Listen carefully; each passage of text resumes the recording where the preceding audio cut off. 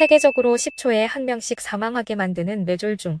우리나라 3대 사망 원인 중 하나인 뇌졸중은 매년 10만 명 이상의 환자가 발생하면서 단일 질환 사망률 1위를 기록할 정도로 무서운 질병입니다. 당뇨나 고지혈증, 고혈압, 심장질환 등의 심혈관 질환 또는 비만이나 흡연, 운동 부족, 우울증이나 스트레스 등이 뇌졸중의 위험을 높이는 원인이 되는데요. 뇌졸중은 뇌 일부분에 혈액을 공급하는 혈관이 막히거나 터짐으로써 그 부분의 뇌가 손상되어 나타나는 것인데, 증상이 나타난 뒤 치료할 수 있는 골든타임이 매우 짧아 즉시 치료하지 않으면 혈관성 치매나 중풍 같은 심각한 후유증을 남길 수 있기 때문에 뇌졸중이 발생하기 전 전조 증상이 무엇인지 미리 알아두고 대처하는 것이 무엇보다 중요합니다.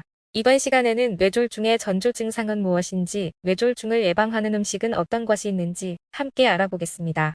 첫 번째는 어지럼증입니다. 만약 어느 순간부터 갑자기 극심한 어지럼증이 나타나거나 어지러움과 함께 소리가 갑자기 들리지 않거나 주변 환경이 빙글빙글 도는 것처럼 느껴지는 어지럼증 및 구토 증상을 동반하며, 혹은 어지러움으로 인해 혼자 서 있거나 걷기 어려운 경우 등이 자주 발생한다면 반드시 전문의를 찾아가 정확한 검사를 받는 것이 좋겠습니다. 이 밖에도 마비가 없는데 손이나 발이 마음대로 조절되지 않아 걸을 때 자꾸 한쪽으로 쏠려 엉어지게 되는 운동실조, 음식물을 잘 삼키지 못하고 사례가 잘 들거나 침을 삼키지 못해 침을 흘리는 면화장애 등 평소에 나타나지 않았던 이상 증세가 발견된다면 그 즉시 병원을 찾아가 정확한 검진을 받는 것이 중요합니다.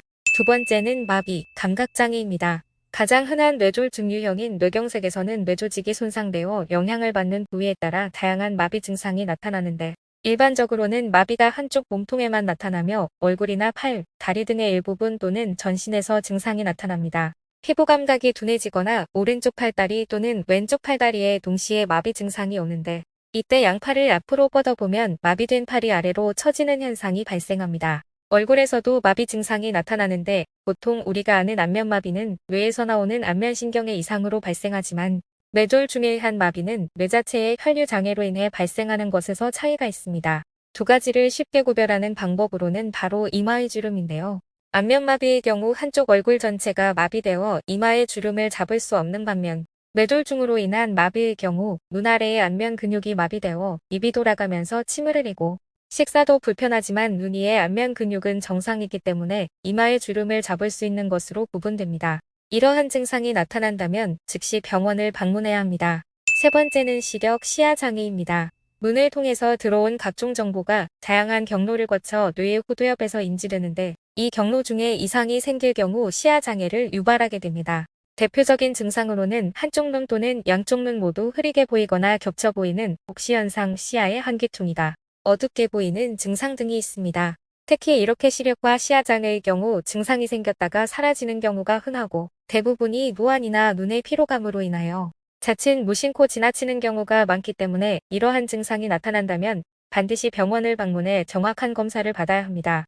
네 번째는 발음과 언어 장애입니다. 평소 그 누구보다도 건강만큼은 자신 있었던 50대 박모 씨는 얼마 전 친구들과 가진 모임에서 갑작스럽게 본인이 발음에 문제가 있다는 것을 느꼈는데요.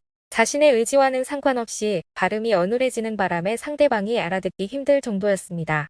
순간 크게 당황했지만 약 10분 정도의 시간이 지나자 증상은 말끔히 사라졌는데요.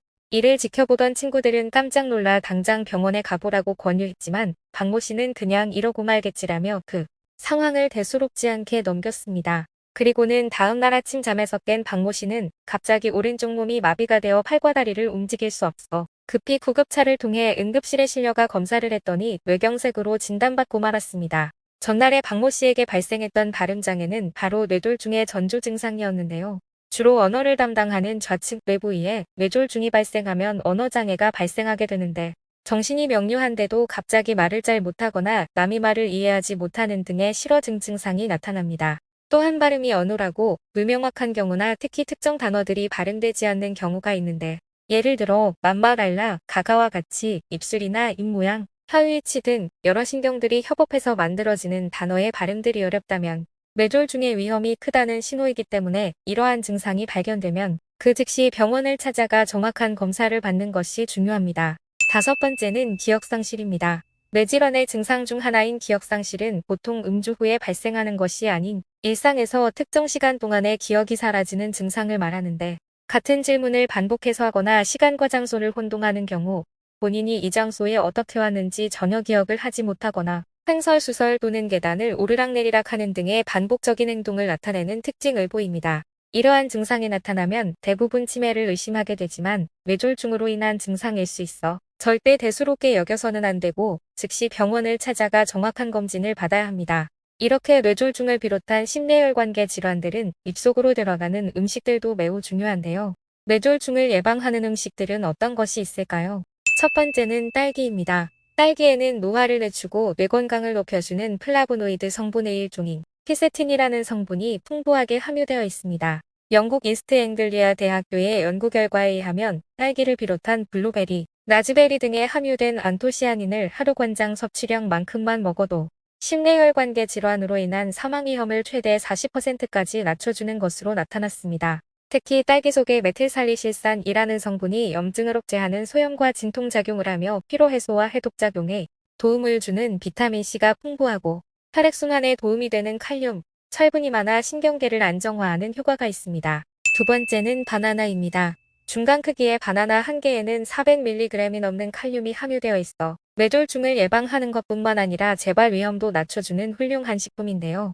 뉴욕 알버트 아인슈타인 의과대학 연구팀은 50에서 79세 여성 9만여 명을 대상으로 칼륨 섭취량과 뇌졸중 발병의 상관관계를 분석했더니 칼륨이 풍부한 식품을 꾸준히 섭취한 여성은 그렇지 않은 여성보다 뇌졸중 발병률이 약 12% 감소한 것으로 나타났습니다. 뿐만 아니라 뇌혈관이 막혀 뇌조직이 정상적으로 작용하지 못하는 저혈성 뇌졸중 발병률이 약 16% 감소했는데요. 이외에도 바나나에 함유된 마그네슘과 칼륨은 콩팥 기능을 향상시키고 혈압을 낮추는 등의 다양한 효능이 있어 건강을 증진시키는 데 큰 도움이 됩니다. 미국 농무부에서 권장하는 바나나 1일 섭취량은 성인 기준 2개입니다. 오늘은 여기까지입니다.